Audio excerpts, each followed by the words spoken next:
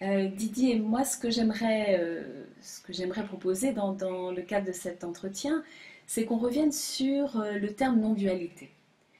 La non-dualité, c'est un mot qui est peu connu finalement. Est-ce que tu aurais, peut-être pas en 20 volumes, mais un résumé de vers quoi ce livre tend quel est le sujet du livre en réalité? Le sujet du livre est très simple. Il tient en très peu de mots parce que c'est pas un concept très compliqué. C'est tout simplement de voir que on a passé, on passe et on a passé toute une vie au sein d'un monde qui semble séparé, qui semble d'une certaine manière étranger à ce qu'on est. Donc il y a deux pôles, il y a le pôle moi et il y a une séparation, une coupure abyssale et il y a non moi, c'est le monde, c'est le reste de l'univers. Et ce que je propose à travers la non-dualité, donc pas deux, de essayer de suggérer, en montrant et en faisant découvrir de façon expérimentale, parce que c'est pas une théorie, c'est pas une philosophie, que cette séparation n'a pas besoin d'être, que la vie peut se passer de la même façon, et certainement mieux, sans qu'il y ait cette moi, non moi, qui fonctionne comme on a toujours eu l'habitude. Et voilà, et donc tous les exemples, toutes les descriptions, parce que ce sont des descriptions, je ne prescris rien, je décris une possibilité, quelque chose qui est à découvrir, à redécouvrir.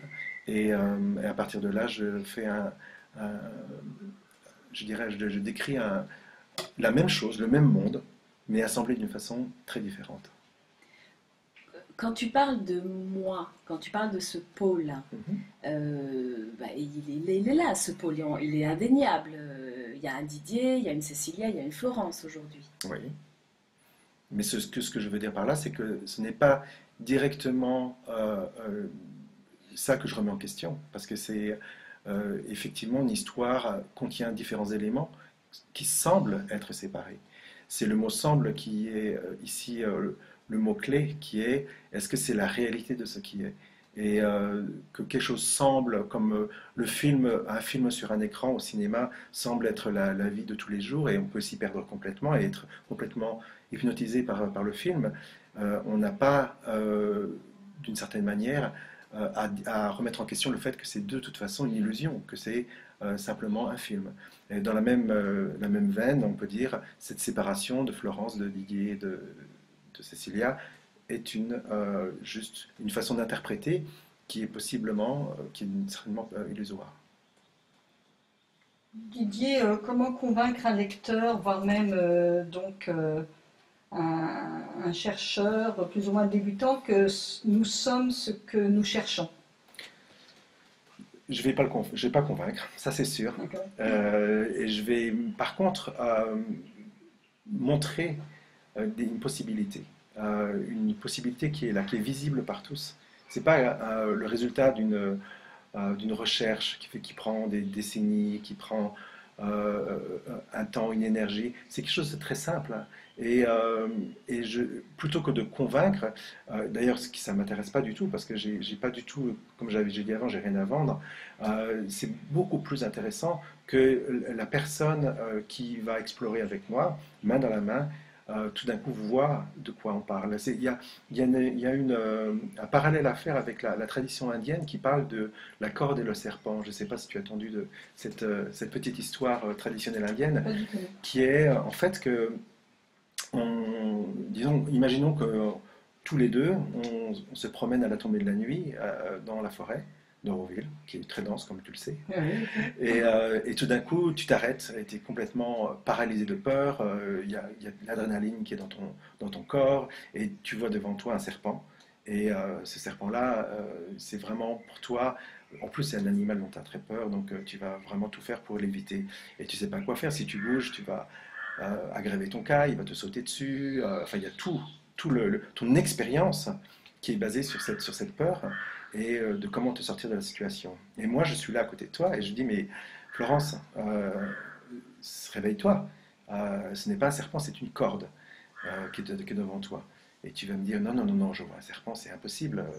C'est un serpent, il y a une queue, il y a une tête, je vois même les yeux, comment tu peux dire ça? Je dis, mais regarde, là, il y a des fibres qui dépassent, là, la couleur, elle est un peu passée, et puis c'est enroulé comme une corde, voilà. Et puis petit à petit, tu vas commencer à regarder, tu vas dire, ah, mais oui, effectivement. Et tout d'un coup, tu vas voir la même chose que tu voyais avant, mais interprétée, assemblée d'une façon différente, et tu vas dire, mais effectivement, c'est une corde.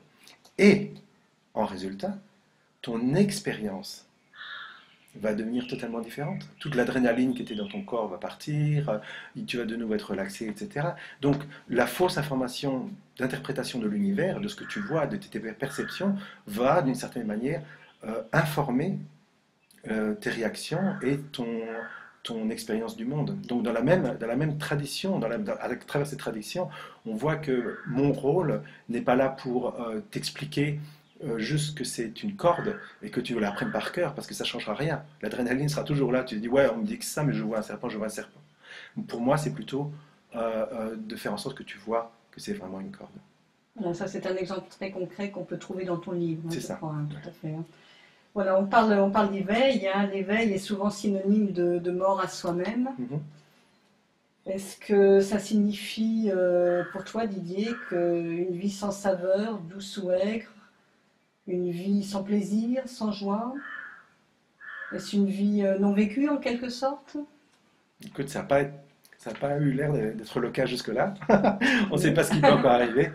En fait, bon, c'est effectivement une des lectures possibles parce que, en gros, ça veut dire quoi? Ça veut dire, oh, si je ne suis pas là en tant que moi séparé, euh, quel est l'intérêt de cette vie? Ça peut même amener à une forme de dépression, d'une certaine manière, une forme de nihilisme, une forme de, d'approche de la vie qui est très dépressive, d'une certaine manière. Donc ça peut être un passage. Je ne suis pas passé par là, mais ça peut être un passage. La possibilité, c'est que passant à travers ça ou à transcendant cette interprétation de nouveau, parce que c'est juste une interprétation, il y a cette possibilité d'une vie absolument, incroyablement allégée. Et bien au contraire, bien plus en contact avec la totalité de toutes les aventures, de la totalité de toutes les perceptions, la totalité du monde. Et c'est en fait non pas une perte, mais c'est un vrai gain de ce côté-là. Donc ce retour au paradis que tu évoques est une condition indispensable au bonheur et à la paix? Alors voilà, c'est pas la condition au bonheur et à la paix comme s'il fallait passer par là pour pouvoir reconnaître, pour pouvoir vivre le bonheur et la paix. Mais dans le sens inverse, la plupart, la quasi-totalité des gens qui sont en paix avec eux-mêmes, qui ont une vie paisible, une vie harmonieuse, ont d'une manière intuitive, pas forcément bien compris ou bien verbalisé, ont cette possibilité d'accéder à cet allègement qui est de ne plus reconnaître ce centre Didier, ce centre Florence, ce centre Cécilia, comme étant la chose la plus importante sur la planète. Et ça fait une énorme différence, et c'est vécu par énormément de gens, mais c'est toujours un petit peu une espèce un peu je dirais par intuition. Mais la possibilité dont je parle dans ce livre, c'est que cette intuition, elle peut se convertir en une expérience qui est concrète. Il n'y a pas plus concret comme expérience.